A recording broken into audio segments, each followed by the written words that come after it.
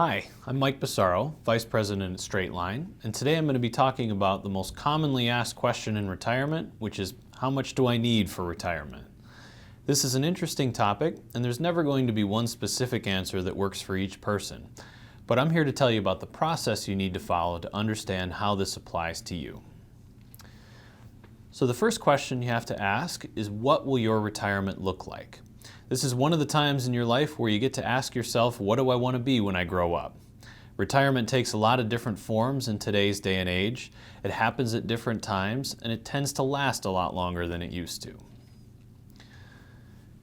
You must evaluate your financial situation. Will you continue to work in some other way or have another form of income in retirement? Will you have additional expenses? Will you have other family members living into your home? Are you expecting to have expenses that are over and above what you're accustomed to in your working life? There are a lot of different factors, and you really have to understand what you want to do and what you want your retirement to look like. After you've defined what you want your lifestyle to look like, the next step is to assess the risks. As I've already said, lifespans are getting longer, so retirement tends to last longer than it used to. You must also consider the impact of inflation going forward. Inflation has not been a major factor over the last few years, but it could pose a potential problem in the next market cycle. We also have to consider healthcare costs. This is probably the single most difficult thing to project going into the future, as there are so many factors that affect these costs. We certainly aren't going to try and predict exactly what they could be in the next 20 or 30 years, but the simplest way to think about it is that it's going to be more expensive tomorrow than it is today. How that works still remains to be seen, but it has to be a very significant part of any future planning. Another mistake people make is to have an overly conservative asset allocation. Many people think as they enter retirement that their retirement accounts have to be extremely conservative. This is often not the case. Many people need a portion of their account to continue to grow with the market in order to keep up with their needs and their demands over time. The final risk that I'm going to talk about is an overly aggressive withdrawal rate. I'll speak about this more in a second, but many people intend to take out more of their account than what their account can actually support, especially early in their retirement. You have to consider what your income stream is going to be in retirement. Retirement is quite simply a cash flow question. Do you have the cash flow to not only maintain your lifestyle and standard of living, but do you have enough to keep up with inflation and rising healthcare costs?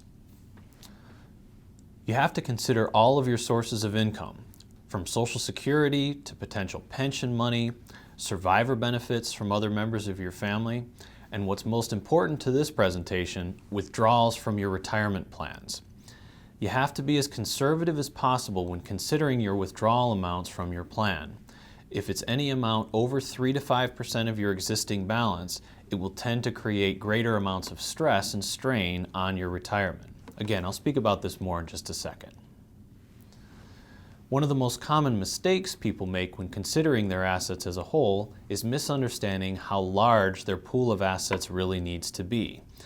When many people think about the necessary size of their retirement accounts, they tend to get stuck on a number, which is often a round number, $100,000, $500,000, $1 million or more.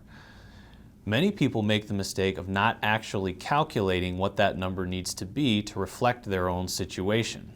This can lead to a myriad of problems. So how do you calculate the number that's really right for you? The key to understanding what your number is to understand the difference between your future expenses and your future income. This is a difficult process. But understanding your future expenses generally starts with having a good understanding of what your current expenses are, and then starting to project what's going to be there in retirement, what's going to cost more in retirement, and what might go away in retirement. Once you have a feel of your future needs, you can then offset those expenses by the income you can reasonably expect going forward. This may just be Social Security and may be a different source of income from a different location. If your expected income covers all of your expenses, then anything you have in savings is really just backup. However, for most people, their expense needs are greater than their sources of income, and this is really where your required amount of savings comes into play. If you remember, a moment ago I spoke about no more than 3 to 5% withdrawal rates from your pool of assets. The reason we use this withdrawal rate is because we consider this to be generally a conservative, sustainable rate of distributions from an account. Ideally, this rate should allow you to maintain this level of distribution without significantly affecting your principal value over time. Your pool of assets needs to be large enough so that a 3 to 5% annual withdrawal rate covers the gap between your future expenses and income. Essentially, you must work backward from your needs to understand your unique asset accumulation target, or in other words, your retirement number. When you go through your budgeting process, both now and in the future, it's important to start to understand what are truly essential costs to maintain your lifestyle and what can be categorized as discretionary spending. It's never fun to go through a budget, but it is very, very helpful. And sometimes just the simple act of going through a budget can help you understand some non-essential areas in your spending that you can address immediately to help give you a stronger financial footing going forward. The process of understanding what is truly essential in discretionary spending is an ongoing one and something that should continue throughout your working life and really throughout your retirement. Now, the next thing you can do, especially if you see that you are a bit behind in your projections, is to increase your savings and to reduce your spending. Probably the most effective way to reduce your expenses, especially going into the future, is to eliminate debt off your books. This may be mortgage debt, it may be credit card debt, it may be all of the above and much more. But the fewer obligations you have in retirement, the easier it is for you to maintain your standard of living and the smaller your required accumulation amount needs to be. On the savings side, the ideal solution is to increase your contributions to your retirement plans as much as possible. In 2013, the IRS allows you to make a pre-tax contribution of $17,500 to your retirement plans through your employer, your 401k, your 403b, or 457 plan. If you are over age 50, you can contribute an additional $5,500 to these accounts for a total contribution of $23,000. In your IRAs for 2013, the contribution limits are $5,500 and an additional $1,000 if you're over age 50. These only represent a handful of ways that you can increase your savings, and there are many other different types of accounts that may fit your needs better. One of the most common questions that we are asked is, how fast can I expect my account to grow?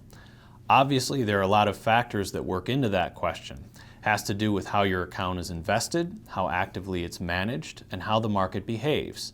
But mathematically, I want to give you a quick way to understand how an account can grow. The rule of 72 is a principle of mathematics that shows you how long a pool of assets takes to double.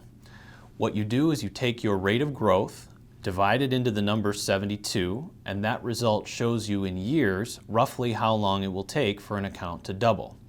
For example, a rate of 8% growth will allow an account to double in roughly 9 years. A rate of 10% growth will allow that account to double in roughly 7.2 years. Now, this rate of growth is not the only component of your overall account growth. Obviously, your contributions will factor into this as well.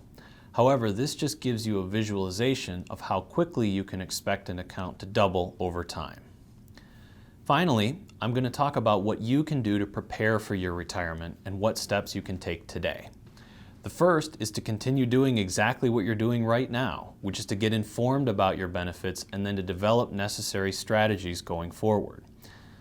You have to have a laser focus on your budget and withdrawal strategy. The closer you get, the more important it becomes.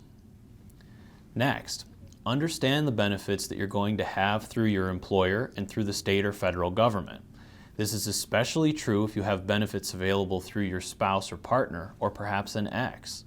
You are responsible for understanding these benefits going forward. As I said before, you have to consider the effects of increasing healthcare costs. We don't know all the details about how these things are going to be structured, but we have to plan for costs to be higher in the future than they are today. And lastly, you must understand Social Security. The Social Security Administration has a significant amount of information on their website to teach you how these benefits are going to work for you in the future. When it comes to health care and Social Security, there are obviously political decisions that are going to change these benefits over time. So all we can tell you is the process is never finished. Preparing for your retirement both now and in the future, and even during retirement, is an ongoing process that becomes more and more precise as time goes on. Thank you for watching our brief overview to help you understand how much you really need for your retirement. I'm Mike Bassaro from Straightline, and we invite you to explore more of our presentations available on our website. Thank you very much for watching.